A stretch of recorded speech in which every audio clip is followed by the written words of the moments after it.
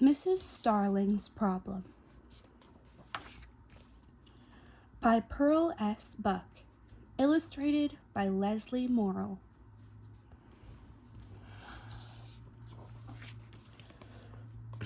Dear members of the Nature Club, when my grandson, Randall Lippincott, said you would like me to write you a special story, I said I would do so, and I have done so, and it is attached herewith. I have one or two things to say about it. First, it is a true story. Mr. and Mrs. Starling did build a nest under our roof. The hole got too small for Mrs. Starling to get through when she had to feed the little birds alone. Well, Mr. Starling took a vacation somewhere, and we did make the hole bigger for her. They came back and nested in the same place for several years. Second, you will want to know how I know what starlings and squirrels say. The secret is simple. You must just imagine what you would say yourself under the same circumstances if you were a starling or a squirrel. I purposely did not tell what the bugs and the worms said while they were being swallowed by the starlings, for it was not pleasant. You would not have enjoyed it. I hope you like the story. Your friend, Pearl S. Buck.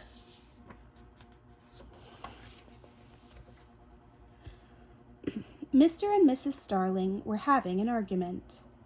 They were young birds, and this was their first spring together. They had never built a nest before, and really did not know where to begin. Yet they knew they must get the nest ready so that Mrs. Starling could lay eggs in it and have a home for her baby birds. A good mother bird could not just lay her eggs anywhere. How would she find them again? And how would she sit on them? And how would Mr. Starling help her by finding good things to eat for her and for the baby birds when they hatched? But where was the best place to build the nest? That had to be decided first, and that was what the argument was about. I say we should build our nest in the sycamore tree, said Mr. Starling in a loud voice. But Mrs. Starling pretended that she did not hear him. She was walking around the flower beds looking for small bugs, or maybe even a worm if she were lucky. She had not had her breakfast, and she felt cross. I wish you wouldn't keep talking about that old sycamore tree, she said.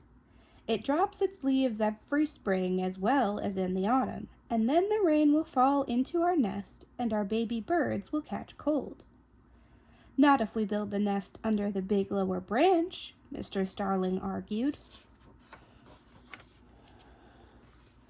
He was a handsome bird, very black and glossy, and his black eyes had rings of gold around them. They were sharp eyes, and he saw a fat ladybug on some leaves in the flower bed, but he was too cross to tell Mrs. Starling about it. He let her go on looking. Just at this moment, however, she saw a cutworm. She ate it quickly and felt better. She shook her head at Mr. Starling. She was not as big as he was, but she was quite pretty, and though she was small, she was stubborn. If you want to build a nest in the sycamore tree, build it yourself, she said, but don't expect me to lay eggs in it. This was really rather mean of her, for of course Mr. Starling could not lay eggs. He ate the ladybug himself. Build the nest where you wish, he said, swallowing hard, but don't expect me to help you. He flew away and left her. This was quite mean of him, and Mrs. Starling felt hurt. She wanted to cry when she was alone, but she did not know how, although she had often seen Debbie, the little girl who lived in the house by the sycamore tree, cry when she fell down or when her mother scolded her for something. So, not being able to cry, she made up her mind to find a good place for herself where she could build a nest. She left the flower bed, flew up to the roof, and began looking under the eaves. The house was rather large, and this took some time, but she kept on trying, and at last, below the roof, over the front door, she found a nice round hole in the wood under the slate tiles. It was so round that it must have been made by a squirrel who wanted to hide nuts there for the winter. It was not a big hole, not nearly big enough for a hawk or some other wicked bird to get in and eat her eggs or the baby birds. Yet, since she was a slim young bird, it was big enough for her to get in. In fact, it was an ideal place, and she wished Mr. Starling were here so she could tell him about it. To build a nest alone is a lonely business. Lonely indeed, but she began to work bravely, hoping Mr. Starling would be sorry he had been cross and would come back. Then she remembered that she had been cross too, and she made up her mind that when he came back, she would be nice to him. She flew away then to look for small sticks and bits of anything she could find that would make a good nest. Since it was her first nest, she did not know where to look, but she kept trying.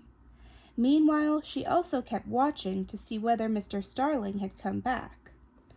Sure enough, on her 10th trip, when she was beginning to feel tired and the sun was climbing high in the sky, she saw Mr. Starling swoop down out of the top of the sycamore tree.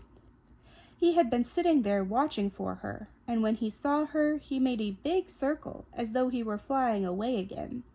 But this was only to show off.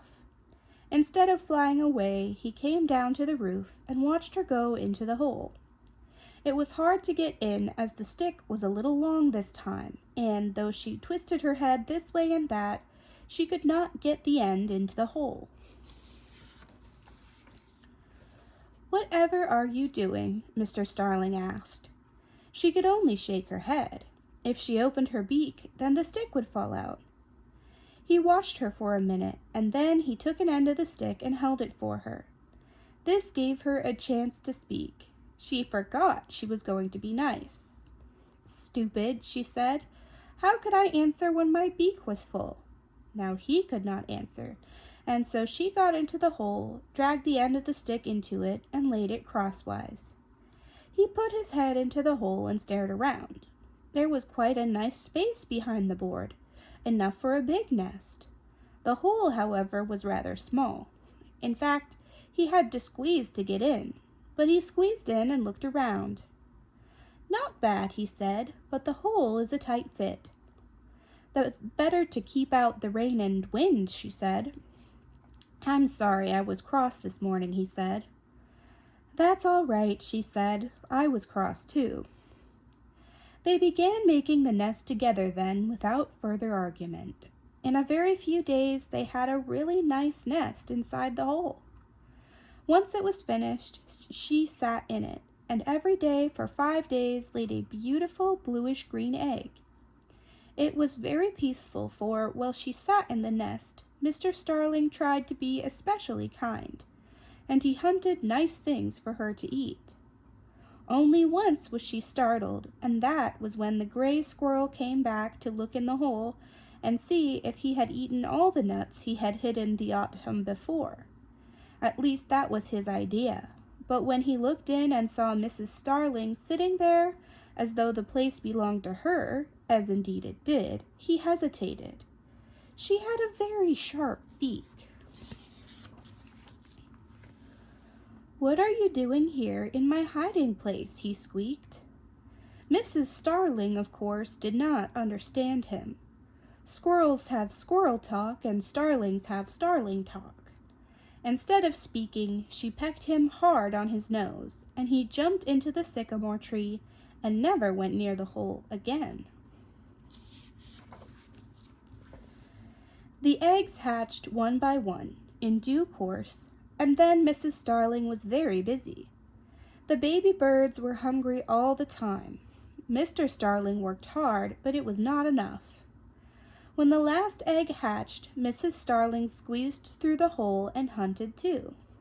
It kept them both busy, for the 5 baby starlings held their little yellow beaks open all the time and squawked for food. It was tiring, it was exhausting, but both parents worked hard. I wish I could say that Mr. Starling kept on working as hard as Mrs. Starling, but he did not. It was the first time he had had children, and he was not used to it. He began to dawdle now and then and to show up late in the morning, especially when Mrs. Starling began to find the food too.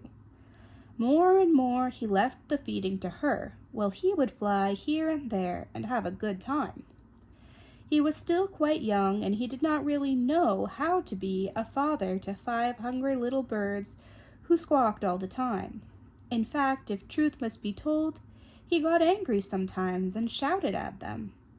"You never get filled up," he yelled. "A father starling can't fill you up. Night and day, night and day." This was not quite true, for at night the baby starlings went to sleep quite nicely under their mother's wings. "They're only babies," Mrs. Starling said, soothing angry Mr. Starling. Nevertheless, Mr. Starling did not work as hard as before. There were even days when he did not come at all. Then Mrs. Starling had to work very hard. She grew hungry, too, with so much work, and ate more than usual. The result of this was that she got fatter and fatter, and the hole seemed to grow smaller and smaller. The sad moment came one day when she tried to squeeze through after she had eaten her own breakfast, and the hole was too small. She could not get through. Oh, what a sad moment! She could not feed the birdlings. What could she do? And here was the nice worm she had in her beak. So that it might not be wasted, she ate it herself. Here was the problem. The hole was too small for her, because each day she ate what she had brought the baby birds, so that it would not be wasted, and that made her fatter, and so she could never get through. Now the birdlings cried night and day. She did not know what to do. Mr. Starling did not come back, and she could not take time to find him. While she ate all she brought for her babies, they starved. She was frightened and unhappy, but she kept on hunting bravely all day for food for her little ones, and then ate it all herself, while the poor babies cried and grew weaker and weaker. Soon they would die. What, oh what, could she do? It was then that the little girl Debbie noticed something was wrong. She called her mother to come outdoors to see what was the matter. "They're crying," she said to her mother. Of course, Debbie and her mother could not understand what starlings say. People talk is for people, and starling talk is for starlings.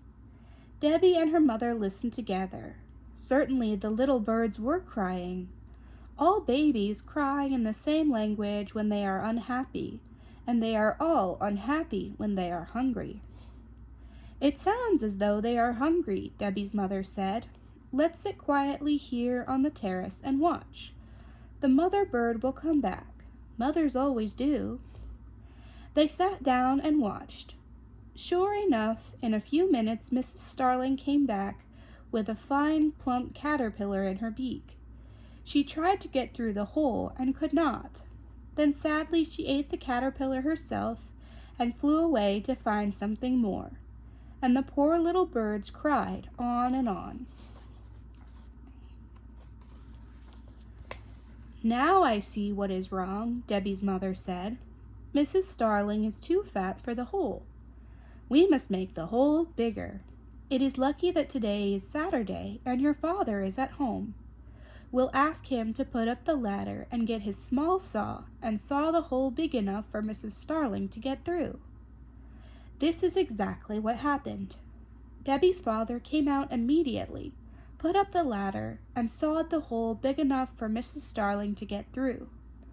By the time she came back, she was very surprised when she got through easily and fed the little ones. Luckily, she had found a very long earthworm and had pulled it out of its hole, so each of the 5 little birds had a bite, and they began to feel better. Mrs. Starling, of course, hurried away to find something more. Soon after that, perhaps even on this same day, she saw Mr. Starling busy with some beetles on the rose bed, and she flew down to him. She really felt like losing her temper with him for being away so long, but she decided that since she needed his help, she had better be nice. "Where have you been, darling?" she asked in a sweet voice. "We have missed you so much. Our little birds are beginning to sprout their wing feathers. They miss you, and so do I." "I'll drop by," Mr. Starling said. "Do bring them something nice to eat," she suggested. "That will help them to know you are their father." "Of course," he said, just as though he had been doing it every day. They flew back together then, and Mr. Starling did not go away again. Instead, he really behaved like a good father, and he worked hard, too, to feed his little ones. They did not stay little very long. Soon, very soon, the little birds grew glossy black feathers and nice wings, which they did not know how to use at first.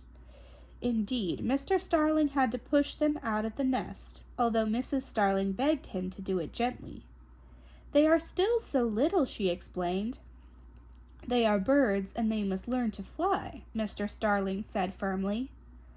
The day came when all the little starlings flew away. The nest was empty. Mr. and Mrs. Starling looked at it sadly. "It happened so fast," Mr. Starling sighed. "They are babies. They grow up, they are gone."